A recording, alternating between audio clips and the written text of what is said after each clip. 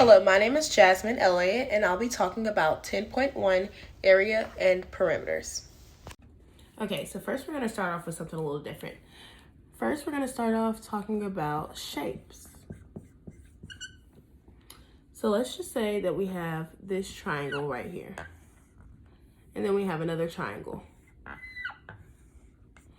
This triangle represents 1 unit, and this triangle represents 1 unit. If we put these two triangles together, we will get a square. And that square will be 2 units. So if we have that same triangle and that other same triangle, that can not only be a square, but it can also be one bigger triangle,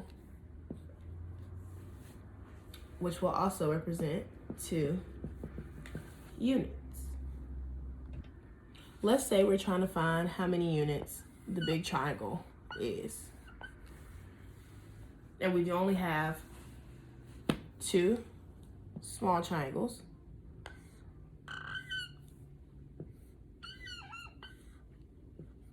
And the square of 2 units that we had. So we know that these are 1 unit each. And we know that this square is 2 units. We can fit this into this one triangle and see how many units that will have us. So the square can be turned and put right there. And then we can fit the 2 triangles in right there. So we know that that is 1 unit, that is 1 unit, and this is 2 units. That gives us a total of 4 units. It is very good to have kids play around with shapes so they can understand and visually learn how to work with units. So, if 2 shapes are congruent, then their areas are equal. So let's say that we have this triangle, and the big triangle. These 2 triangles can come together and equal to this triangle. And that will have them have the same area. Another good thing to use with kids for them to visually understand is a geoboard. Since I personally did not have a geoboard, I drew it out for you guys. So, with this geoboard, we have a rectangle. This outline represents a rubber band. With a rectangle, you see that there is many squares within it. Up here is 1, 2, 3, 4 squares, and down here makes that 5, 6, 7, 8 squares inside of that rectangle. So we know that this rectangle holds 8 square units. You can also see that there is 2 square units right here and 4 square units down here, and 2 times 4 will also give you 8 square units. So now we're going to do a geoboard with a parallelogram. A parallelogram is a 4-sided figure that has 2 parallel lines, which will be these 2. So you see that we have extra spaces right here and right here. If you take this off and move it right here, you see that we will have going back to a rectangle.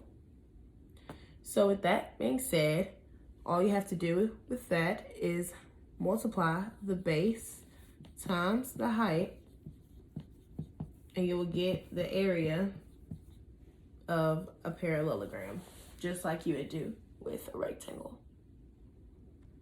Now moving on to a triangle. So with a triangle, you see that the triangle is half of an actual rectangle or a parallelogram. So to find the area of the triangle, all you have to do is put half times the base times the height. Since half of a rectangle is a triangle, you have to multiply that by half, and then you multiply that with the base of the height like you would do with the parallelogram. So now moving on, we are moving on to the area of a trapezoid. So with this trapezoid, we can break it up into pieces. We can connect these two vertexes and make it easier for us and find the area of both triangles that we now have. So this can be triangle 1 and this may be triangle 2. So we know that to find the area of a triangle, we have to do half times the base times the height is what we just talked about. So for triangle 1, the area of that for triangle 1 would be 1/2, because we have to multiply by half, times A, which will be the base, times H, which will be the height of the triangle. And that is how you find the area for triangle 1. For triangle 2, you multiply half, because it is still a triangle, times the base, which is B, times H, which is the height of the triangle. So we know that that does not give us an answer for what the area of the trapezoid is. So with that being said, the area of the trapezoid is both triangle 1 added to triangle 2. So now if we write that out, we'll get the area of the trapezoid equals half AH plus half BH, since that is the areas of both of those triangles. But we know that they have common factors, so all we would have to do is say half height times A plus B. And that is how we would find the area of a trapezoid. Okay, so now moving on to an example. So here we have this four-sided figure right here. And it gives us the height and the lengths of those sides. So now we're going to try to find the area of this shape. So to make it easier, we can do what we did before and make our own triangles. So we can connect the two vertexes and then make this one triangle 1, which is a right triangle, and have this triangle 2, this whole thing right here. So let's start off with finding the area of triangle 1. So since it's a triangle, we do have to multiply it by 1/2. And we know that this is a right triangle, so if you flip it around a little bit, you can see that this will be the base of the triangle. So we would have to multiply 17 times 12, because that is the height of the triangle. So base times height. So 1/2 times 17 times 12, and that would give us 102 square units. So then we will move down to triangle 2 to find the area. So we will multiply 1/2 times the base, which is 20, times the height, which is given to us, which is 6. And then when you do all the math for that, you get 60 square units. And all you do is just multiply all that together.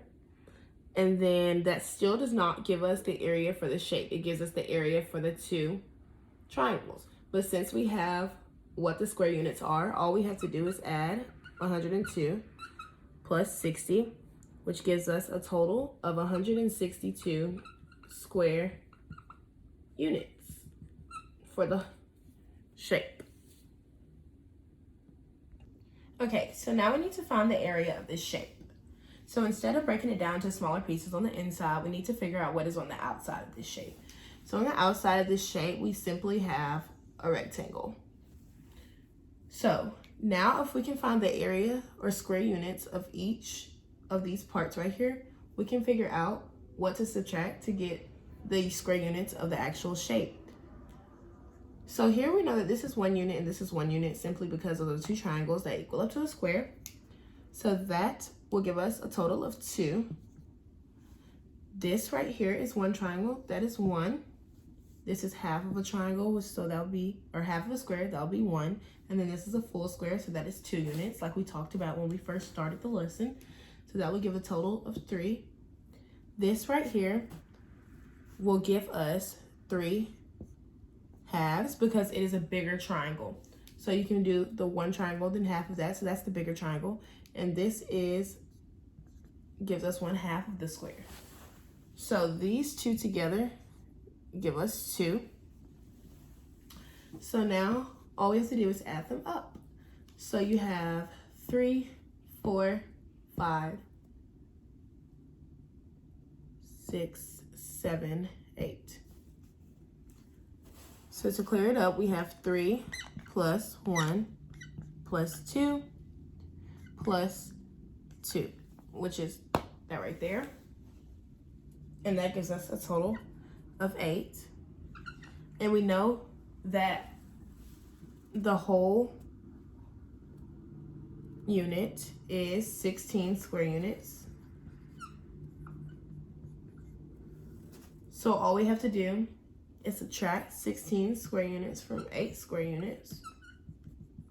And that will give us a total of 8 square units.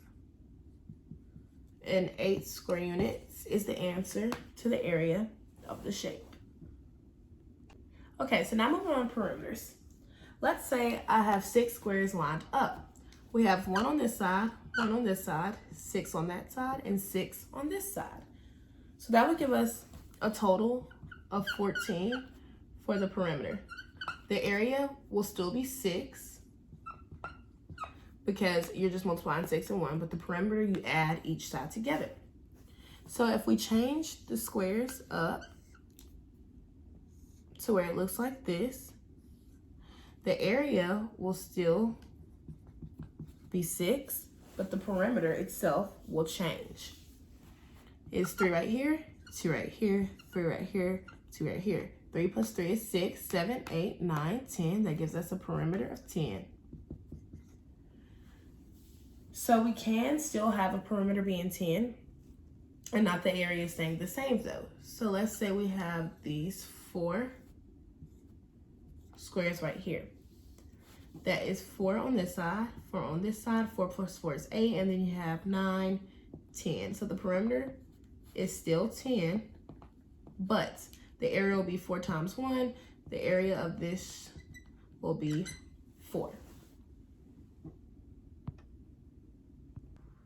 Okay, so moving on to circles. There's 2 formulas that will be very important to us. So the circumference is basically the perimeter of a circle. So let's say the circumference over the diameter is equal to pi, and pi is a number that is approximately 3.14, and then it goes on 3.14159, and it just keeps going on. So that is the circumference is equal to pi times the diameter, is what that basically means. But the diameter is also the radius squared. So this can also be written as 2 pi r. And that makes the area of a circle pi times r squared. And pi is that 3.14 number, and r squared is the radius squared. So now moving on to the example, we need to find the area of the shaded region. To make it easier, we can cover up this and only do this part and make that circle 1. So for circle 1, this will be 1/4 of an actual circle. So we will get 1/4 times pi, which is the actual circle, and then times the radius squared, which will be 1 squared in this case. Multiplying all of this out, you will get pi over 4. Now we do the same thing for the second part. You just act like this part is in here, and that will still be 1/4 of a circle times pi, which is the actual circle, times the radius squared, which is 1 squared, and you will still get pi over 4. Okay, so now we have these 2 units right here, pi over 4 and pi over 4.